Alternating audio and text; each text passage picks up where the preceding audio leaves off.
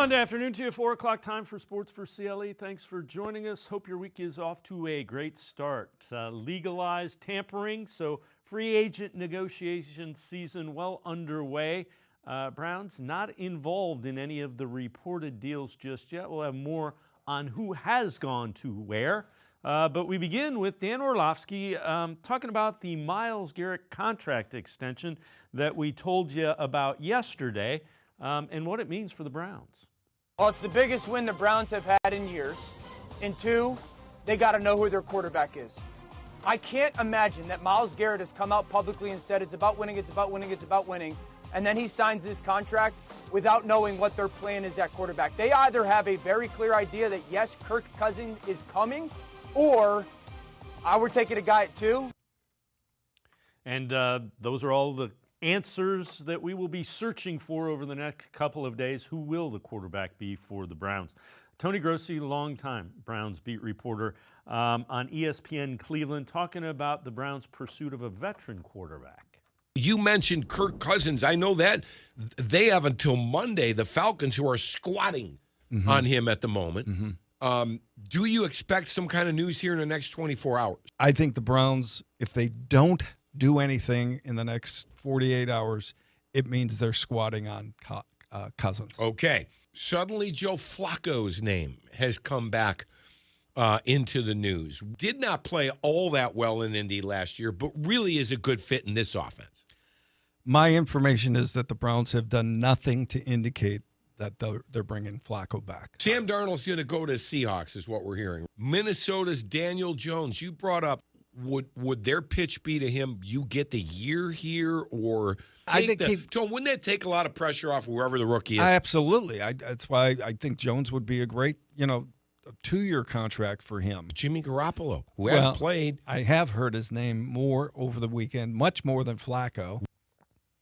And we'll have more on Jimmy Garoppolo in a minute, but the names aren't pretty, but those are the ones that are associated with quarterback and the Browns. Browns wide receiver Jerry Jeudy had a breakout season a year ago, mostly with Jameis Winston. He was on the Up and Adams show with Kay Adams when she asked Jeudy a hypothetical draft question. And you get a phone call, and it's Andrew Berry. And the Browns are on the clock, and Cam Ward and Travis are both available. And he says, Jerry, help me. Who do I take? What are you telling him? I'm telling him we gotta get a QB, man. We gotta get a quarterback. We gotta get a guy that gonna sling that thing. That's the piece that we missing. We need a quarterback that is gonna give us the ball. That's gonna win games for us, and that's what we need right now.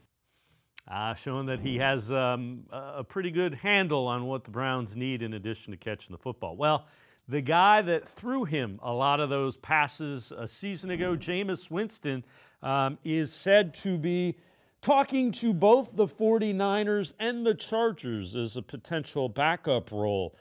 Sam Darnold, we heard his name mentioned earlier. He is headed to the Seattle Seahawks, a 3-year, $100 million deal reported. Ian Rappaport with that one. Jets getting ready to sign Justin Fields to a 2-year, $40 million contract with $30 million of it guaranteed. The Rams are re-signing Jimmy Garoppolo to a 1-year deal to back up Matthew Stafford. So that is not one of the guys that will be coming here to play quarterback for the Browns. Steelers, they say, continue to talk to Fields. We know he's going to the Jets and Russell Wilson. Aaron Rodgers has emerged as a quarterback option in Pittsburgh, according to league sources. Rodgers and the Steelers expected to continue to talk.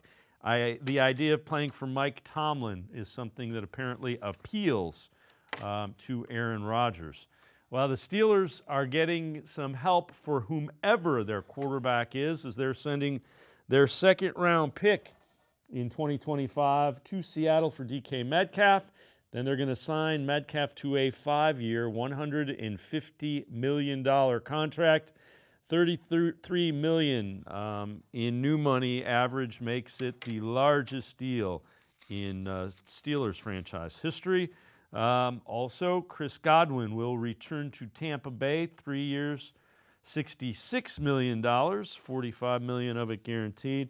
And some news that could be of interest to the Browns, Zadarius Smith has been released from the 49ers, or rather the Lions, rather. Remember, he was released or traded by the Browns to the Lions. He had 9 sacks last year and has worked effectively opposite Myles Garrett again. We'll find out more about that as free agency unfolds. Cavs were in Milwaukee taking on the Bucks and continued their winning streak, pushed it to 14.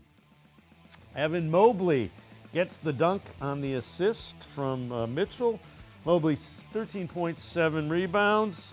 Max Strus hits the 3-ball from the corner. He had a team-high 17, so Strus led all scores for the Cavs. Darius Garland on the fast break. He had 13 points. Jarrett Allen getting some work in the paint as he'll get the putback. He had 11 points and 6 rebounds. Did Jarrett Allen. Take a look at Donovan Mitchell. Little spin move, and then he gets the layup to go. 15.6 assists. Cavs win it. 112, 114th straight win. Kenny Atkinson on the Cavs streak. I think we're still hungry. I think we're hungry, because we know what's coming. We know we still have another, playoff-wise, another level to get to, another round to get to at least. So when you have that hunger, and we still have the edge because we haven't gotten to the mountaintop yet. We can't be on cruise control. We got to keep improving, keep our playoff focus. We can't wait to the end to do that. So testament to our guys that they're keeping that edge. Yeah, and the Cavs aren't playing their best basketball and are still finding a way to win. It's the sign of a pretty good basketball team. Well, Logan Allen is fighting for a spot in the Guardians rotation and is making a pretty strong case to lock down one of those starting rotation spots. 10 2/3 innings, 6 hits, 1 earned. It was a home run in his first outing. .84 ERA, 10 strikeouts, and 2 walks so far this spring. Yesterday, went 3 innings, gave up 2 hits, 3 strikeouts. Mentioned ERA under 1. Last year he struggled. 20 starts, 8-5 record, which is okay. A .573 ERA is not okay, and a .295 average against was not great. True at spring, but it looks like Logan Allen is headed in the right direction. At least manager Stephen Vogt thinks so. I love the way Logan Allen's throwing the ball. He made some really, really good adjustments over the winter and so far this spring, and just a lot of life. His fastball and his breaking stuff's been really sharp. The command for Logan has been phenomenal, and I've just been really impressed with the way Logan's throwing the ball so far. He was saying yesterday before the game that he thinks it was just more of his mindset than anything mechanically they did to go after people. But how hard is that sometimes if you try and get ahead and you get hit? Yeah, I think to me it's trusting when you can trust your stuff, and I see Logan attacking right now. He's competing. And, Logan and I have talked a lot over the last, few months just about the year last year and about bouncing back this year. And he's just in a really good headspace. He worked his backside off, like I said, all winter, getting his delivery back. But really for me, it's the conviction in which he's throwing with right now that's been the difference that I see. Allen and Gavin Williams have looked really good, and the Guardians are going to need them if they do what they want to do, which is win the American League Central and make a deep playoff run. But good stuff so far this spring. We're going to step aside, take a quick timeout. We turn our attention to the Browns. Jeff Lloyd will be with us from Browns 3D on the Orange and Brown Report. Stay with us.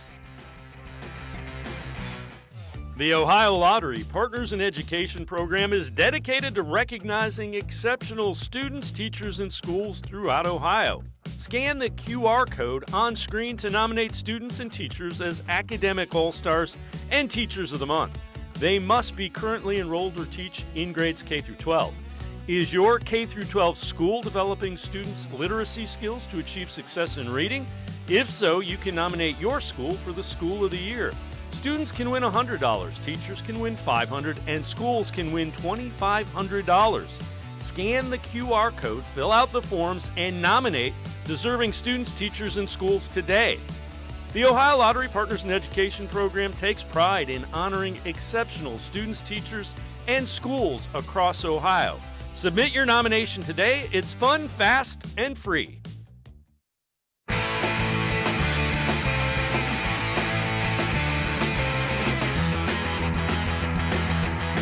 Free agency season is underway. The Browns haven't done anything yet. Their big news was yesterday when they extended Myles Garrett. Tom Pelissero, NFL Network, talking about what that Garrett signing means.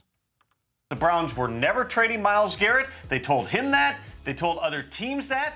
In the end, for Myles Garrett, it was a matter of, was he really going to sit out into the season if he was still a member of the Browns, or was he going to do what the Browns had stood ready to do from the start, which was make him the highest paid non-quarterback in NFL history? That is the path that was ultimately chosen. It is a 4-year, $160 million contract extension for Myles Garrett. In addition to the 2 years that he already had left on his old deal, Myles Garrett now locked up in Cleveland through 2030 when he will be 35 years old. In essence, the Browns are going to get what they said after Myles Garrett's trade request is what they ultimately had always wanted, which was Myles Garrett going from Cleveland to Canton, where he is a pretty good bet to end up in the Pro Football Hall of Fame. Some of the other numbers on this deal, he gets $122.7 million in total guarantees, $88.8 million fully guaranteed at signing. This sets a very high bar, not just for other pass rushers, guys like Micah Parsons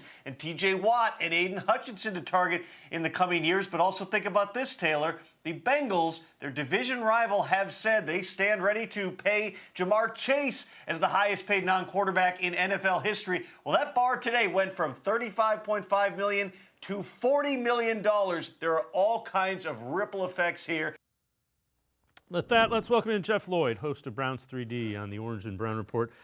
Jeff, we'll get to that in a minute because we'll hear that what he's referencing with Duke Tobin. This was the outcome that we kind of expected just because the Browns couldn't take the $36 million dead cap hit that it would have taken to trade their best player, and they feel like they can compete somewhat. This was, and I think for, me and everybody, where you kind of just sat down and looked at the numbers. Look, you could have tried to, do this and sensationalize it like a lot of the national media did.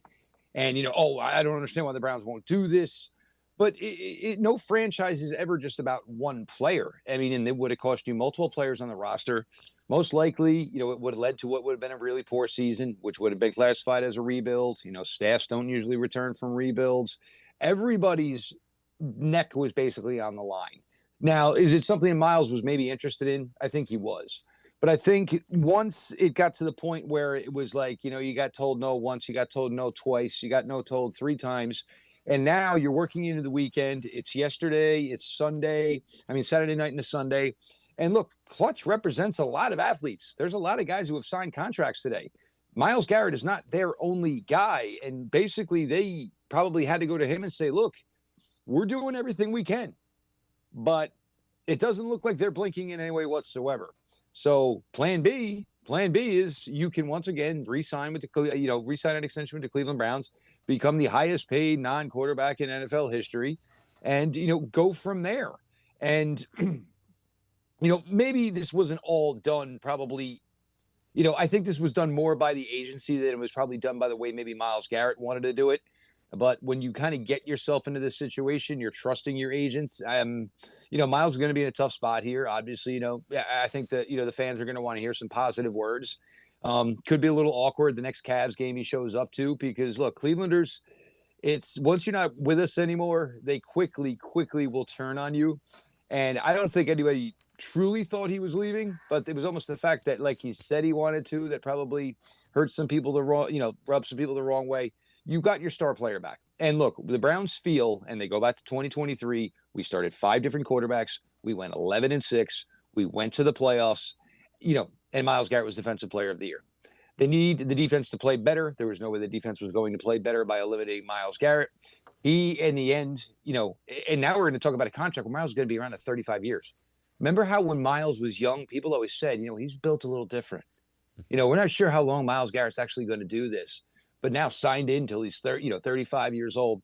everything got done. It was certainly a messy way around getting to it, but I kind of give some kudos here to the Browns. Yep. Because I think they just put out the way they wanted to handle this. And then even when Jimmy's name got brought into it and Jimmy said, whoa, I don't do this anymore. I have football people. Go talk to the football people, which we're going to tell Myles the same thing. I'm sure Jimmy was going to tell him the same thing that he had heard from Andrew Berry. Look, it got done. Is there some mending to do? Yes, but the Browns have a lot more bigger fish to fry right now. Yeah, absolutely. And you know what? First 3-sack game he has, fans will love him again. It's just the way it works. Sure. It's just the way it works. Along the lines of the ripple effect, though, this is and when I heard this at the Combine, I went, ooh, this is Bengals GM Duke Tobin about Jamar Chase. Jamar is always going to be our priority. He's a fantastic football player. He's going to end up being the number one paid non-quarterback in the league. We're there. Let's get it done. The earlier we can do some of this stuff, the freer it gives us to build the rest of the team. We have other needs that we want to build, and so we want to get these kind of things done early enough to where we can really focus on building out the rest of the football team. But they're all priorities to us. But the ones that aren't signed are the ones that are on the table first. Yeah, Jeff, I didn't shoot that, but when I heard that, I'm like, ooh, that's yeah.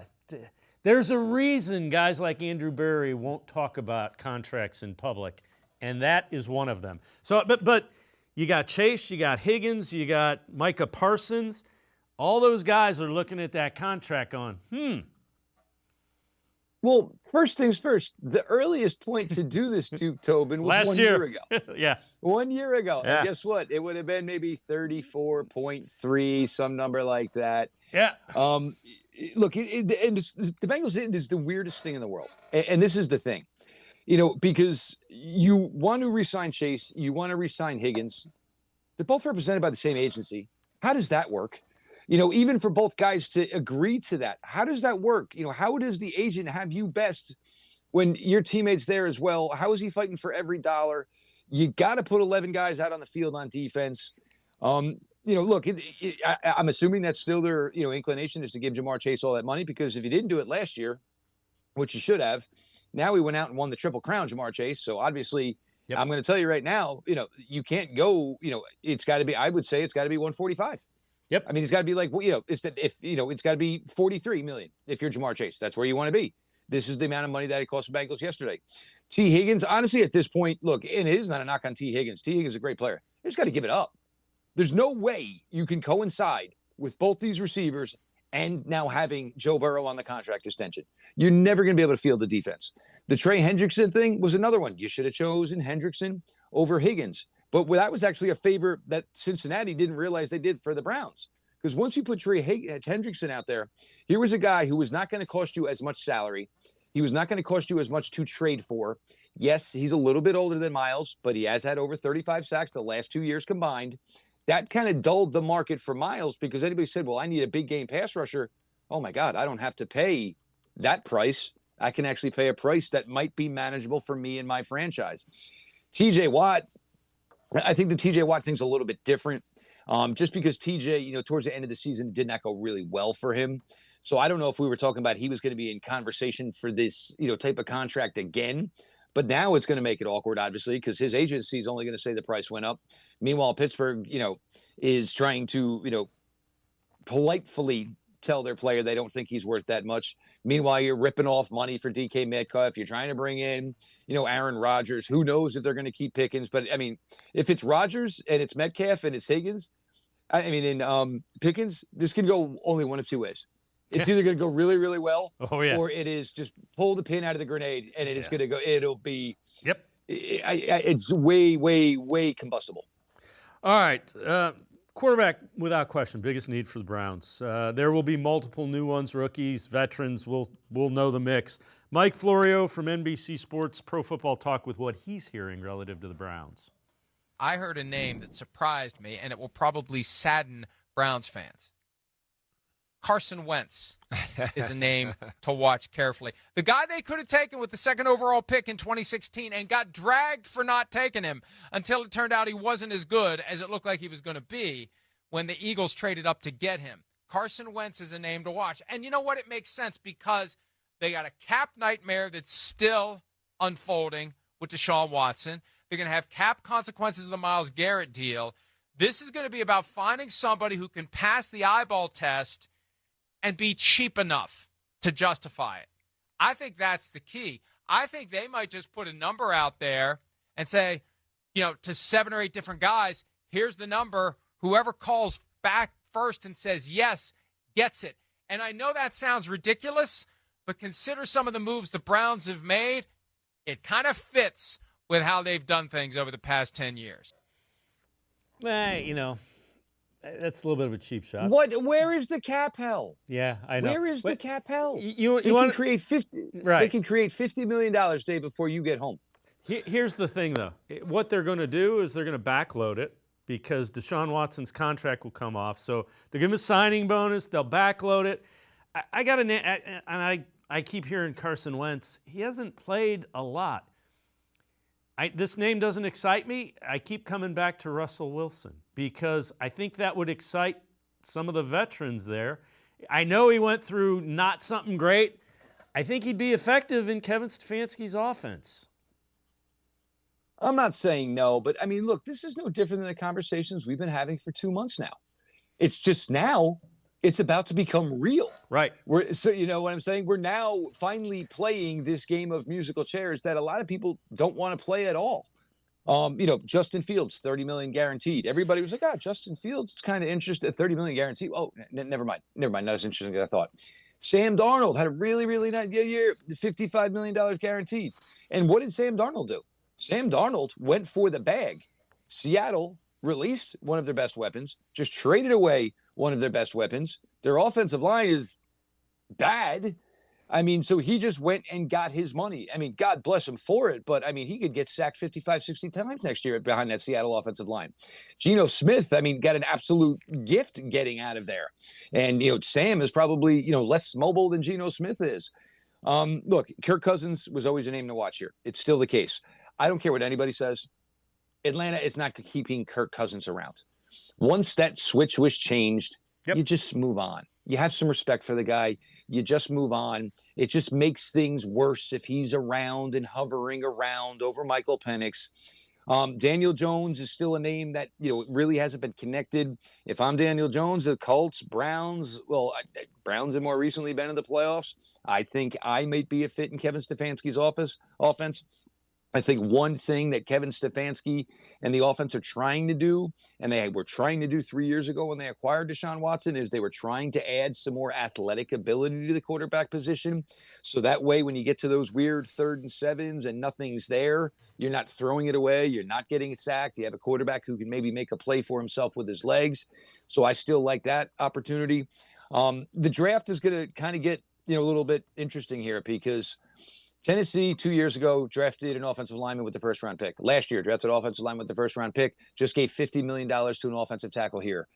If that does not tell me you're a franchise gearing up an offensive line to take a quarterback at 1 overall, then I have no idea what Tennessee's plan is. But to me, you read all of that, and that tells me Tennessee is going quarterback in the 1st spot. Look, but it always could be 2 veterans too, Dave. And we talked about this. It could be Cousins. It could be Wentz, because one of them is probably going to play. Yep. Well, the other one's going to kind of have to be the mentor. So, look, it's a little early, but right now we got 2 quarterbacks off the board. The Jimmy G thing was never happening anyway. If you're Jimmy G, I would take league minimum to stay in Los Angeles. He's got the greatest job in the world right now. Never has to play and can hang out with Matt Stafford, and he's in L.A. That's a pretty good job for Jimmy. Jeff Lloyd and I are going to step aside, take a quick time out. Other side of the break, we will head to the voicemail of Truth and Reason. Sports4CLE. Be right back. Stay with us. We're out here busting common lottery myths by talking to real players just like you. And you, sir, what's your name? Where are you from? Tom Burrell from Lexington, Ohio. I'm playing Powerball. I use AutoPick when I pick my numbers. Do I have better, worse, or the same odds? Same odds. I'd say better. I still think worse. Same odds. He's got it. It's the same. AutoPick, numbers you pick, same odds. Either way. He has it. He has it, folks. He already knows. You can learn more by going to ohiolottery.com/knowtheodds.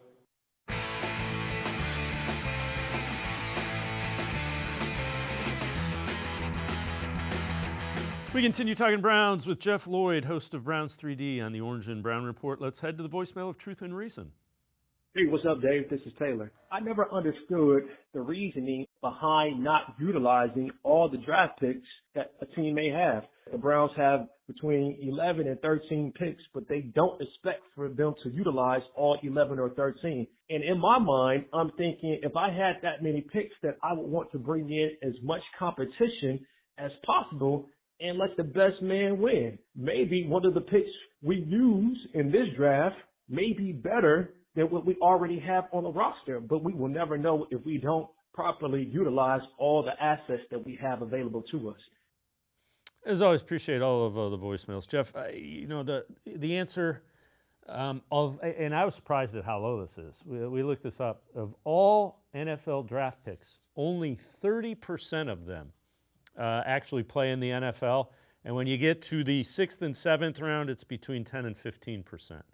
So you attach them to get players that you think fit your system a little bit better, and that's why you use some of the later rounds as assets to get what you think works. Sure. And look, his theory isn't terrible. And one way that would work is if you could not have to waive these guys to put them onto a practice squad. Yep. So if you're a good team and you have a lot of picks and you say, well, that's fine. Hey, I really like this kid here. I know I don't have a spot for him this year. But if you didn't have to basically free them up to the rest of the league and you could just put them right to your practice squad, obviously his thought process, works. But also, you're also in a position here, if you're a team, say, hey, I got this day 6 pick. You know what? Looking at what's left, I don't think there's a guy here that's going to make my 53. Why am I going to waste a pick on a guy just to get to know him in May and to have him walk out the door in August? Or guess what? Team so-and-so is on the phone. Oh, you want this pick? That's fine. Give me next year's 5 for this year's 6. So, I can try to swing again next year. And maybe now I'm swinging again into a small in the pool where there's still more talented players. No, do I think the Browns are going to make all 12 selections? Absolutely not. But do they want to get themselves like they usually like to be in position to have double digits going into every draft? So it wouldn't stun me if that is their thought process. It gives them the ability to move up. It gives them the ability to move down. Certainly, this quarterback class is going to be very interesting. So, we've talked about the guys and we all believe that they're probably going to get drafted higher than they should, which means you may have to jump up to get your guy at some point. His theory's not terrible. It's not. But in the same respect, though, we don't get a lot of player for trades either. Did you want to move Zadarius Smith for Detroit's backup right guard? Or did you want to take a draft pick for it? Just, basically A's and B's of the way the NFL football world works. All right, so this is kind of interesting, and we included a subtweet from Jack Duffin in this one from the Orange and Brown Report. Browns have until Wednesday to sign restricted free agent D'Anthony Bell. You see the number there; it's $3.2 million. Remember, they released Juan Thornhill. I know they have Ronnie Hickman, but it'll be interesting to see. And Jordan Schultz points out D'Anthony Bell's a really good special teams player, so. It'll be interesting to see what they do with D'Anthony Bell. It's a big hitter. This is an interesting one because you got to keep in mind when D'Anthony Bell came into the NFL, he was already an older guy. I think he was almost 24 years old. So basically, it was he had the summer, and there was no guarantee he was going to even stick in the league. Obviously, cut his teeth. Special teams got to play a little bit in the secondary in 23, a little bit more again in 2024. This probably comes at an opportune time for him. If this were maybe last year where you still had Thornhill, you had McLeod wanting to come back, it may not have worked out where you could have maybe taken this roll of the dice here with D'Anthony Bell. But if the Browns believe that he's part of a 4-man safety room, then for me, this is probably a slam dunk and he comes back because not only do you have one of your top special teamers, but you also have, a member active player taking snaps with your secondary. I'm going to think this one's going to get done because usually in a situation like this, the team who's got basically the tender on the player knows the most about him and kind of knows the most in what he can give you. So I think for the Browns, this is probably going to be one, unless, look, the safety market's starting to go a little bit here. And I do think they are going to sign one, but I'm not sure that anything would alter it, understanding that, between Bell getting maybe 10 to 12 reps on defense, probably paying anywhere from 12 to 15 reps special teams. You're talking about a guy that's probably paying, 30%, 35% of overall snap count for a game. I think it's going to get done for DeAnthony Bell. And it's actually a really underrated story, a really good story that a guy that took so long to finally find his way in the football world could be in line for a payday like this. All right, let me ask you this before I let you go. Assuming that we think the Titans are going to take Cam Ward just because of the loading up on the offensive lineman like you mentioned, how tempting is it for you to draft Abdul Carter, put him opposite Myles Garrett, and say, go to work, boys? It is all the temptation. There is no other way I would even go. When you want to talk about, and this is one of the things we got excited about, and we didn't really get it. We got a little bit year one, certainly not in year two, with Jadeveon Clowney, with Myles. There's not many people in this world who are on the athletic plane of Myles Garrett. But a guy like Abdul Carter, yeah, he's going to be there. The key date, obviously, is going to be March 28th with the pro day. If he does work out, that means whatever went on at the combine, and he'll certainly be going back out to Indianapolis for a medical recheck. There's no question about it. But if he gets into the combine, into his pro day and actually does able to work out a little bit, how can you not? Just the things you can do, and go ahead, run outside. Go ahead. My edges run 4.6 and probably sub 4.5. And also it kind of gives you understand that, look, eventually Myles is not going to be the Myles that we all know and love. But you have a guy who should be reaching that threshold maybe as Myles is coming a little bit down off of it. Jeff Lloyd, as always, great stuff. Appreciate the time and the insight. Thanks very much, Jeff. Anytime, Dave. Best time of the year. Jeff Lloyd, make sure you check him out. He's the host of Browns 3D on the Orange and Brown Report. We're going to step aside, take a quick time out. We continue talking Browns. Spencer German from 92.3 The Fan and the Browns on SI. Straight ahead. Stay with us. Action-packed excitement returns to Rocket Arena.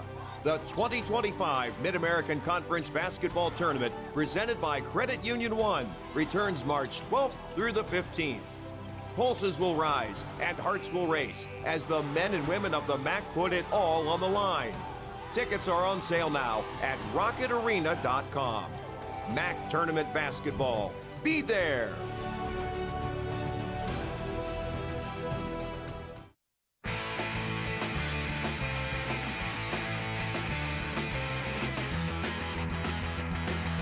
Continue talking Browns on Sports4CLE. Let's head back to the voicemail of Truth and Reason. Hi, this is Rico. With Myles agreeing to a new deal, I'm still torn on this. Reason being, I see good organizations able to pivot away from their elite talent and still win. But the common denominator with those teams is they have the combination of the main three ingredients that you need. GM, coach, and QB, which, helps them navigate any personnel movement. So on one hand, I'm glad Myles took the money and decided to stay. But on the other hand, I kind of wanted to see how this franchise can trade away a player the caliber of Myles and see what we recoup with the premium draft capital that trade would have provided. What say you? As always, appreciate all of the voicemails. Let's welcome in Spencer German from 92.3 The Fan, Cleveland Browns on SN, and Locked On Browns podcast. When you look at it, Spencer, I don't think they would have gotten as much draft capital as they wanted for Myles Garrett, which is why they weren't going to trade him. Yeah, I think that's part of it. I also think, from Andrew Berry's perspective, he's being defined right now by the Deshaun Watson trade first and foremost. Like that's the number one thing on his resume that he's going to be viewed and judged by. And, because of that situation, what it's led to at this point, he's sort of alienated the best player on the team this offseason, and trading that player was not going to be good for business, right? Like he has to think about what's best for the team, as he sort of stated, and the ability to try to, call Myles bluff in a way and basically say, we're closing the door on that, I think is notable and important. And yeah, like if his job is really on the line this year, him and Kevin Stefanski potentially, he has to do what was most advantageous to winning football games, and trading Myles Garrett was obviously not that thing. So I'm kind of surprised it ended this way. I thought Myles seemed pretty dug in We got the report obviously last Friday about him potentially being willing to miss games next year. And because of that, like I was starting to believe a little bit more like, okay, like he's really going to take this thing and make it as ugly as he can. So I was surprised to see a resolution come to pass so sort of quickly after that report and as early as this weekend. But I guess Andrew Berry does deserve some credit on this one for sticking to his guns. And it seemed like there was always this sort of quiet confidence that they knew they could figure this thing out, and they did. And yeah, listen, I understand the caller's dilemma of like, you could have traded him and got something and sort of done a reset here and started fresh. But I think everybody should be able to agree that keeping one of the best players in franchise history and clearly what is one of, if not the best defensive player in football right now is a win for the Browns on, for the most part. So where do they go from here? What's the plan now? Now that Myles is back, where do they go? Yeah, I think it's interesting. Like, there's a couple ways you could take that question. Like, for starters, I don't worry about his work ethic. He cares too much about legacy. We're playing hard, all those different things to let that affect his game next year. Like, I believe with him being back under contract, he is back bought in, and that's the most important thing. From the fan perspective, I don't think anyone holds this against him, obviously, this year. And then from the third angle of this, let me just go back for a second. I don't think anybody holds this against him because once he's back out on the field, he's going to be the Myles Garrett that you know and love, and people quickly forget because when you play good football, it's easy to forget.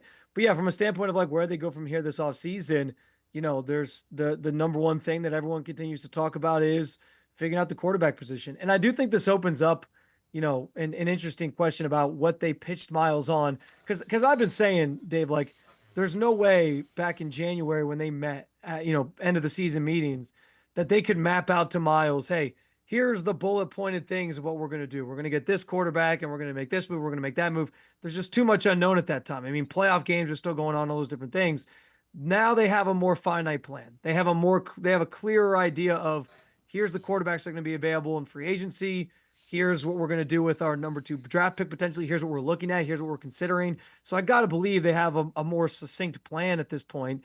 Maybe they pitch that to Myles. And what's interesting too is like that plan could be 2 different things. It could be, yeah, we're drafting Cam Ward or Shedeur Sanders at 2. We're going to get our quarterback. It also could be, hey, we're going to draft Abdul Carter, pair you with a really good pass rusher and not do this kind of run a pass rusher program they've been doing the last couple of years, and then talk about quarterback next year potentially. So a couple different options there. But I do think this sort of seems to suggest that quarterback will be the priority at number 2. So you look at it, and I know you wrote an article that there are some contracts the Browns could restructure to free up some cap space. You got Ward, it's $13.4 million. Conklin's $14 million. Greg Newsome, a fully guaranteed base at $13.3. You'd probably have to trade that one. Posick at $5.6. Dalvin Tomlinson, $3 million. So they can create some more cap space.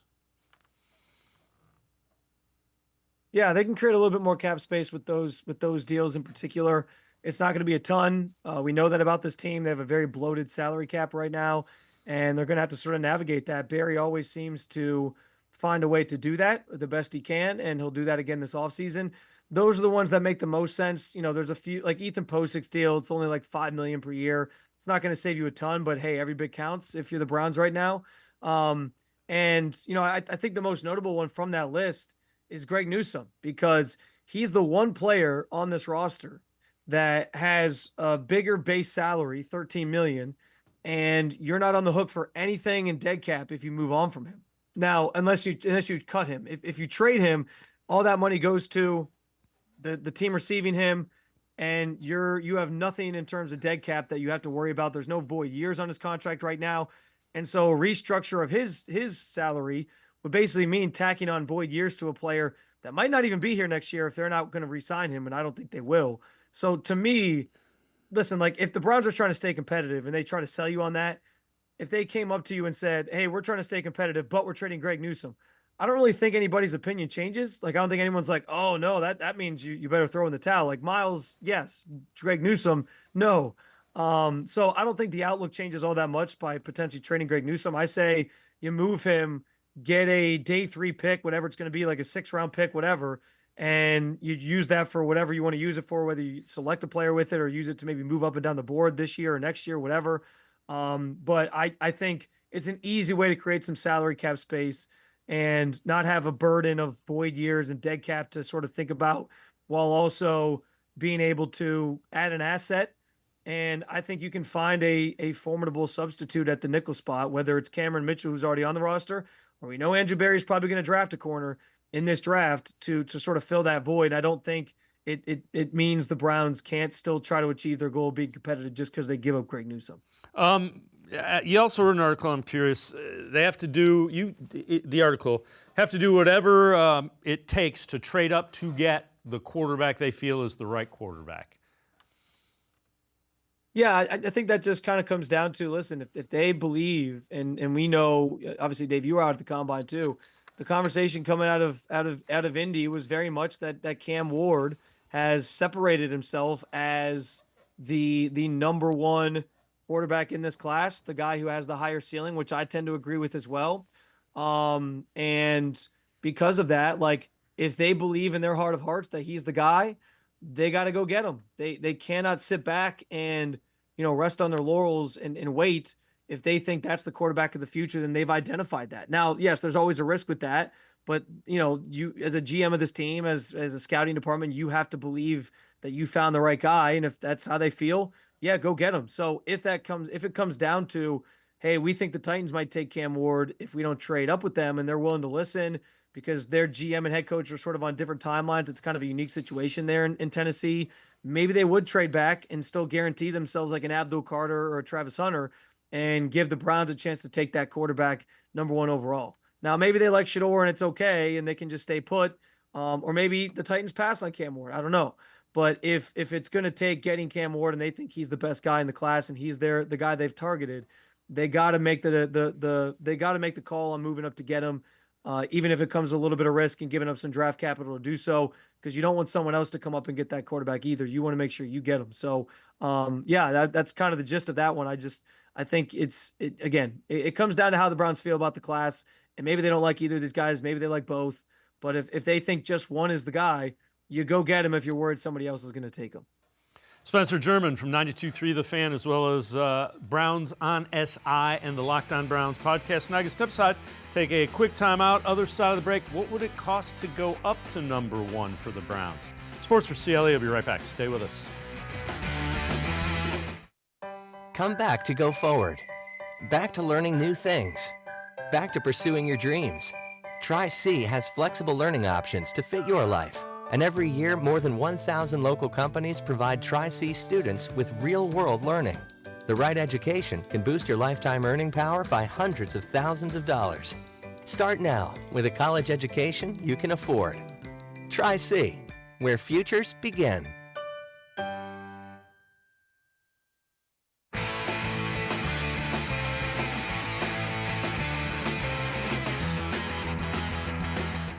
We continue talking Browns with Spencer German from 92.3 The Fan, Browns on SI, and the Locked On Browns podcast. Let's head back to the voicemail of Truth and Reason. Hi. Do you think Von Miller would be an option to bring into Cleveland because he just got released by the Bills? He's a Super Bowl 50 MVP. And if he goes inside Myles Garrett, I think this would be like one of the best decisions that the Browns ever made. Second, can we get Joe Flacco back? I think he would help Jamari Thrash to go out in his prime. Tell me what you think. Go Browns. As always, appreciate all of the voicemails. Spencer, Joe Flacco is great here. I wouldn't bring him back. Your thoughts on Flacco? Yeah, I kind of have a unique answer, I think, as to why I wouldn't bring Flacco back. And it more so revolves around, I don't know, I guess I'm a romantic at heart, right? Like and sports are romantic that way. I just kind of want to remember the Flacco thing, the Flacco era for what it was. He comes in sort of this magical season, the quarterback carousel that played out that year. Nobody really expected much from him at his ripe old age of 38. And he goes out there and just takes the Browns on this magical run to the playoffs. And obviously the season didn't end the way anybody hoped. When they got to the postseason, I think everybody thought they had a chance to win that game, thought they should have won that game, and they didn't. But it doesn't erase, I think, the path and the journey that fans went on and how special I think that ride was. And I just don't know, like, again, 2 years later, Father Time continues to sort of catch up with him. I know he fit in this offense great a couple years ago, and there's still something I think in there where he could, but I don't want to see Flacco's the image and the memory of Flacco sort of be tarnished in this way. And it would have been different if they kept him last year, like if he had still been on the roster and they brought him back and all that. Maybe I'd feel differently. But I kind of want to just preserve that moment in time for Browns fans as kind of a special one, and I think the Browns should maybe look elsewhere for a veteran quarterback. Well, if he can win football games, hell with romanticizing, bring him back. But I don't know that he's that guy anymore. But anyway, what do you think it would cost? And I know you've addressed this on the Locked On Browns podcast. What do you think it would cost to go from 2-1 to ensure? Heck, if the Titans want Cam Ward, they probably aren't going to do it. But what are you looking at to move up a spot to get your guy? Well, what's interesting, like the development on this from today, at least, while we're having this conversation, like the Titans missed out on Sam Darnold. They missed out on some of these other quarterbacks. Justin Fields has gone elsewhere. Sounds like Aaron Rodgers might end up in Pittsburgh. But so there's all these different things that are sort of playing out. But if the Titans miss out on most of the top quarterbacks in the veteran market, that would sort of suggest like they're okay taking Cam Ward at 1. And then, like you said, maybe it's a non-factor and the Browns don't even have a chance to get Cam Ward potentially. But yeah, I tossed this around on the Locked On Browns podcast. I caught some blowback because people were like, there's no way they're going to have to give up a first next year. I just try to remind people, like, they try to use those trade charts where it gives you like the value of what each pick is. And I understand where it's easy to just say like, well, a third and a fourth rounder, plus you swap first this year, like that gets it done. But you forget that sometimes there's bidding wars and sometimes there's other teams that are trying to trade up. And so sometimes you have to up the ante. I don't think the Browns would have to include next year's first to get up to 1 and move up 1 spot. Now, we don't have any precedent of a team going from 2 to 1 to sort of prove that to us. But, I don't think they would have to do that, but it could be an option if things really get out of hand in a bidding war. Now, this year's a down quarterback class, so maybe the value isn't there where anyone's going to be like really rushing to get up there to get a guy. So maybe it doesn't, but I would still say it probably is going to cost you, obviously swapping first rounders this year. I would guess the Titans would want that second rounder included. That's almost a first rounder, the 33rd pick overall. And then probably like a day 2 pick next year, like a third rounder. Or if you want to throw a third rounder in this year, I guess you could. But I feel like the Browns are probably going to covet those picks this year because they know if they get their quarterback, they also want to sort of bolster this roster in some other areas as well. So I would think something like that gets it done. I really don't think it would cost next year's first, but I just threw that out there as like a possibility because you never know how these draft trades end up, these draft pick trades end up. And frankly, teams always overpay exponentially when it comes to trading up to get a quarterback in the NFL draft. Yeah, quarterback, look at it. Browns fans understand that. We haven't had a quarterback, we had Baker Mayfield for 1 year, and that was about it. All right, Adam Schefter, ESPN's NFL insider, his thoughts on the Browns taking quarterback at number 2. Newsbreaker here, maybe like Well, okay. Shefty, if you can look it up here. Yep. Does this look good to you, Adam? Is this something? Do you think they're taking a quarterback? Because you said this. You said Cleveland's not up here, but you said Cleveland's taking a quarterback. I said I was confident then. Okay. It was early in the process. Okay. I'm not as confident now. Okay, how about here? Interesting. I'm not as confident now. The Giants, I think, will be potentially in the quarterback market, but I'm not convinced. I think that could go either way. I think Cleveland and the Giants could go either way. Again, the intel, like we know how this works. Yeah, right? of course. Early on in the process, I was pretty confident that Cleveland was taking a quarterback. I am not that confident anymore. And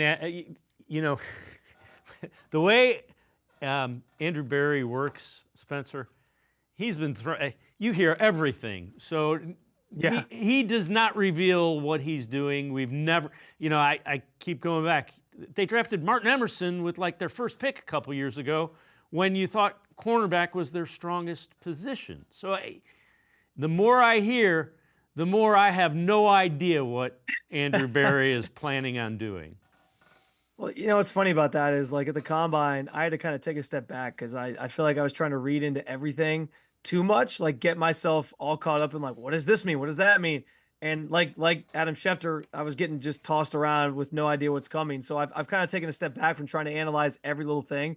I think this is just how like you said, Dave, like how the Browns work. Andrew Berry doesn't give a lot away. He's put a lot of different things out there or suggested different things that have at least made it seem like they're taking a quarterback, but we don't know which one fully. And so we got to kind of sit back and let these things play out. 2 weeks ago, Schefter went on the air and was convinced, like, I know I have good authority. The Browns are taking a quarterback at 2. And back then I said, there's just no way that even they have a firm answer yet. Like anybody who was reporting that back in February, I think was just, full of it essentially. So I don't believe that that anybody really knows what they're doing at this point. I guess I'm confused though, because like as he was going through those quarterbacks, he didn't really leave any out there for the Browns. So like who's going to be their quarterback if all these veterans are going to like the Jets and the Steelers? So they're not going to take a quarterback. He's not convinced anymore. But then who's going to start a quarterback for them? Is it like Jameis Winston he had on the board there going to the Vikings? Yeah. Like who's left? Is it just going to be Joe Flacco like we talked about earlier? I don't know. But I'm as confused as you and I guess Adam Schefter on what the Browns are doing. I have a sneaky one for you. I think it's going to end up being Russell Wilson. The Seahawks signed Darnold. Russell Wilson is a guy who would get Myles Garrett excited, potentially. I just only a hunch. Listen, the Browns really can't be picky at this juncture in terms of the quarterback position because they don't have a ton of great options at their disposal. So I don't hate that for them. I think Russell Wilson sort of showed last year he's still got something left in the tank. I do think about that 5-game stretch at the end of the season though, where it was like, he just doesn't have enough to get you over the hump. But like I said, the Browns are in a situation where they can really be beggars can't be choosers, right? Like they just need somebody who can play the quarterback position efficiently. And I think if that's what you're looking for, Russ could be that. Yep, he played himself into the Browns' price range with those 5 games. That's the way to look at it. Spencer German, as always, appreciate it, man. Great stuff. Appreciate the time and the insight. Thanks very much, Spencer. Always a pleasure, Dave. Happy to do it. Spencer German talking. Make sure you check him out. 92.3 The Fan, Locked On Browns podcast, also Cleveland Browns on SI. We're going to step aside, take a quick time out. Sports4CLE, you'll be right back. Stay with us. Full Court Action is a half-hour devoted exclusively to men's and women's basketball from across the Mid-American Conference. Hello, everybody. I'm Dave Bacon. Join me at 6:30 Tuesday nights, and we'll meet the coaches and players from the Mid-American Conference who are making an impact in basketball. Full Court Action will spotlight the top plays and performances from all across the Mid-American Conference with some historical action as well. Catch Full Court Action Tuesday nights at 6:30 on Rock Entertainment Sports Network.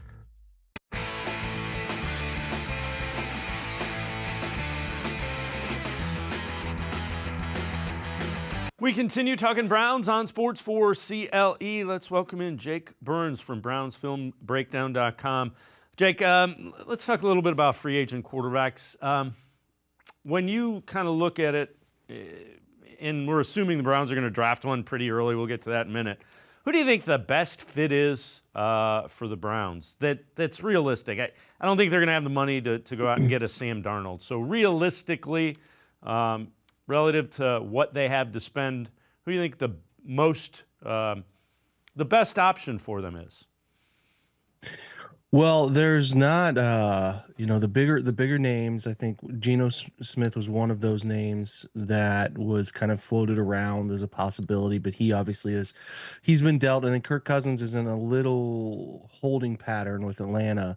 So I don't think that you're going to see the Browns go after Sam Darnold. I don't know that you're going to see them find some sort of true stopgap or somebody that can come in and take the job, unless a trade happens. There are some things that could happen in that market, but I think what makes the most sense is finding somebody comfortable structurally, but be sort of in between what Kevin has done and where I think this is headed, which is they're going to draft a quarterback at 2. So the names that are currently free, obviously Kirk Cousins would shift the dynamic a little bit if he hits the market. I don't envision them trading for him.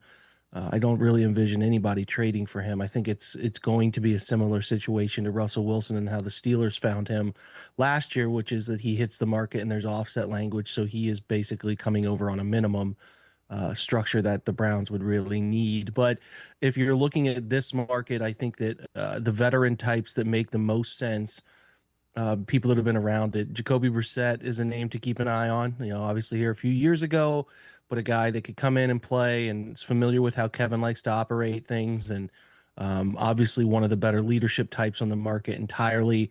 I do think there's also a possibility that Jimmy Garoppolo is one of those names in the veteran market that can make some sense as far as coming in, starting some games.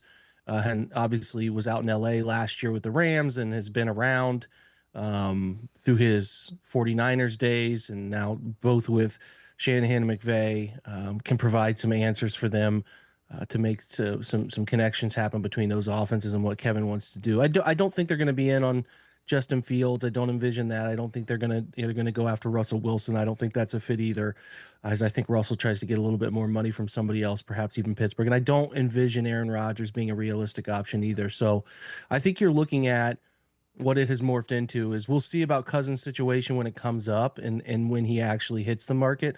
I can't say with absolute certainty that Atlanta isn't going to try to trade him, where they kind of eat most of, if not all of the dead cap just to get something in return for him.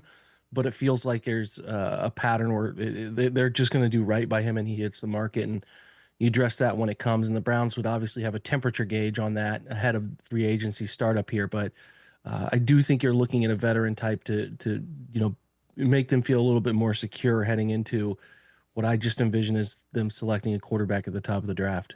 All right, so I know you've done film breakdown video analysis of the three guys that are at the top of the draft. There's Ward, Sanders, then maybe a little bit of a gap in Jackson Dart. Let's start with Cam Ward. When you look at him on video, what do you see? And take us through a little bit of this. Yeah, so I think, like we're talking about here, if we're starting with Cam Ward, I think you're talking about the most natural set of tools in the draft. I think he's got the most live arm of anybody in the draft. I think he is a pretty compact and quick release. I do think he's the best athlete of the top three guys. If you include Milroe in that connection of guys, I think Milroe is by far the best athlete, but I think there's just a lot of quarterback traits he needs to refine. But with Ward, again, very live arm. I think he does a really nice job of working front side and then finding answers on the backside of concepts. I think he can be a little too hasty with going through reads, but he's one of the few who really tries to get through reads. Really good escapability outside, inside, outside the pocket, which I like. Like I said, he can extend plays with his feet, and he can throw from a variety of bases, which is something you need to be able to do as chaos, as you can see here, gets going inside the pocket. But I do think that there's a nice set of quality arm, a willingness to throw into tight, closed, perceptionally difficult windows. And I do think he understands leverage. I think he understands how and where the ball is supposed to go, when the ball is supposed to go there. And that's a big part of the discussion about where quarterbacks are supposed to be, right? Can they find the right answer every time? And then can obviously they find an answer that is maybe not perceptionally easy to find? And I think he does a really nice job of that. And there's a willingness to put the football downfield. There's a willingness to put the football, like I said, into those difficult areas at times too. So there's a lot to like about Ward, a lot of really good tools. I do think there's some concern at times about a willingness to put the football at risk. There are some throws on tape where he's trying to, hunt down big plays, shots downfield where there are answers to be had in front of him that are a little bit easier. The question is, when you talk with these guys, you watch film with them, how able is he to get off that tendency to hunt big plays and play within the structure of keeping an offense and the chains moving? You obviously want explosive plays in the NFL, but you can't hunt them out to the detriment of keeping an offense moving in the right direction and keeping everything, sort of forward moving, right? So I do think that as far as the negative tendency, that's one. He needs to value the football a little bit better. And then there is some fumbling inside the pocket that is a bit of a problem too. I think he had over the course of his career, which is between Incarnate Word and Washington State, now Miami. He's been a lot around a lot of football. He does have a tendency to fumble a little bit. And not the largest hands either. So I think it's a pretty similar hand size to Joe Burrow. But yeah, for the most part, I think there's, again, a lot to like here. The arm is live. I think the processing is pretty dang good. It's just a matter of him taking the answer every time that he can find and keeping things moving in a forward direction as quickly and consistently as he can. But you're not going to find a guy with better NFL tools than Ward in this draft. So we move on to Shedeur Sanders. And this is the one that's, some people really like him, some people kind of like him, some people don't like him at all. When you look at Shedeur Sanders, what do you see on tape with him? Accurate. I think the thing that let me say, the first thing is I don't really like what they do offensively. I think they put a real burden on the quarterback, and they play really a bunch of wide leverage snaps.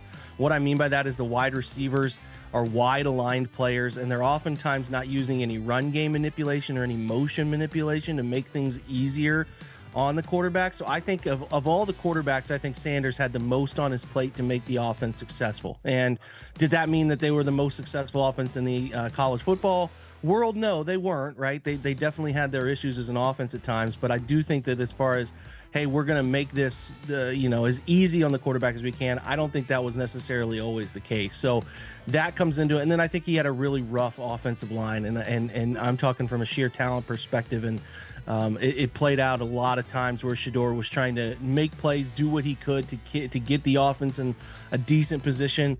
And from that stress of being really, because he couldn't lean into the run game and couldn't really lean into anything else sort of in the surrounding world helping him, he had to make a bunch of hero plays at times. And that I think led to some issues for him. But as far at the top, what do you like? Really, really accurate quarterback. One of the better on target percentages in the entire class, and really the last few classes. He is an accurate quarterback. I do think he wants to and craves to play within structure and inside of an offense that is predicated on timing. So I do think that's a thing he's really comfortable with. I don't think that was something that Colorado really I don't know if wanted or preferred to do at times. I think they wanted to try to put their athletes in space and let their quarterback find them. The problem was obviously that I think that the stuff up front was a bigger problem than anyone really painted as the season wore on. But I think, again, a very cerebral guy. I do think the eyes are good. I do think he can find backside answers when the front side's not open. The only problem, a pretty average athlete who tries to create like an exceptional athlete at times, and that leads him into some really difficult floating backward in the pocket tendencies, which you don't like to see very often. And then obviously also, I don't think that the arm strength is very good. I think it's average to above average. It's enough, but it's not the type of arm that's going to cut through weather. It's not the type of arm that's going to allow him to be late to decisions and late to places on the field, because he just doesn't really have that drive, that real snappiness to the football the way Cam does and some others in the class before him had. So he will need to be a really sharp quarterback. He'll need to be able to process really quickly. And I do think he needs the elements of a team around him to kind of prop him up, especially early in his career. All right, another guy that kind of seemed to be rising up combine and post-combine is Jackson Dart. What do you see when you look at him? Yeah, so an offense that was, first of all, it's the competition's really good. I mean, you're playing SEC defenses week in and week out, and he did find a fair amount of success. Not elite success, but a fair amount of success. And I think the offense is built to do him more favors than some of the others. And I do think the ability for him to layer the football is pretty good. Like, he's really good in the intermediate areas, layering the football. I don't know that as we watch a deep shot here that he hits on. I don't think the deep ball is a particular strength of his. It's inconsistent at times. I think that it can get a little drifty, if that makes sense. I mean, it can float a little bit on him. I don't think that there's a great arm. I would definitely put Cam, and then I think I would put Jackson Dart and then Shedeur in terms of just raw arm strength. But I think he's a pretty accurate quarterback for the most part. I think especially in the lower to middle portions of the field. I think he's, as far as a turn your back and find an answer off of play action concepts quarterback, he can find success. He's a pretty good athlete. He's run for 600 yards a couple straight seasons, so he can use his legs to get out of things. And I think as far as in the pocket, step up and deliver the football, I think he's the best of the three. He doesn't like to drift, and he doesn't like to use his legs as an immediate answer. He will continue to try to sit in the pocket and find solutions downfield while kind of keeping himself collected in there. So I think that that's where a difference is between Ward and Sanders, is that those guys like to drift in the pocket at times and kind of extend vertically back deeper into the pocket. I think he's a really step forward player. I think he's got a nice set of characteristics that would fit inside of what Kevin likes to do.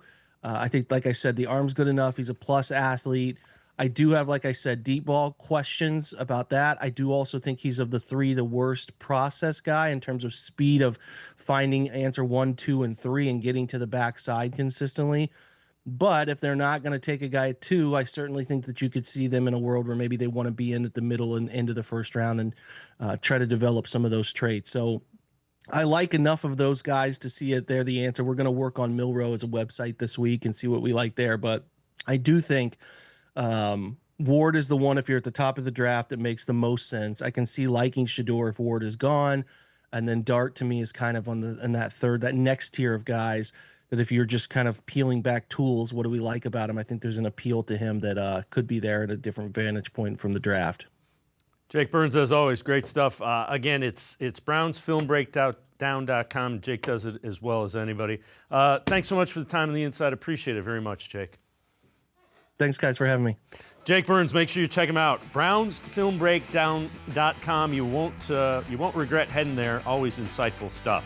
It's going to do it for this edition of Sports for CLE. We'll see you back here tomorrow at 4 o'clock.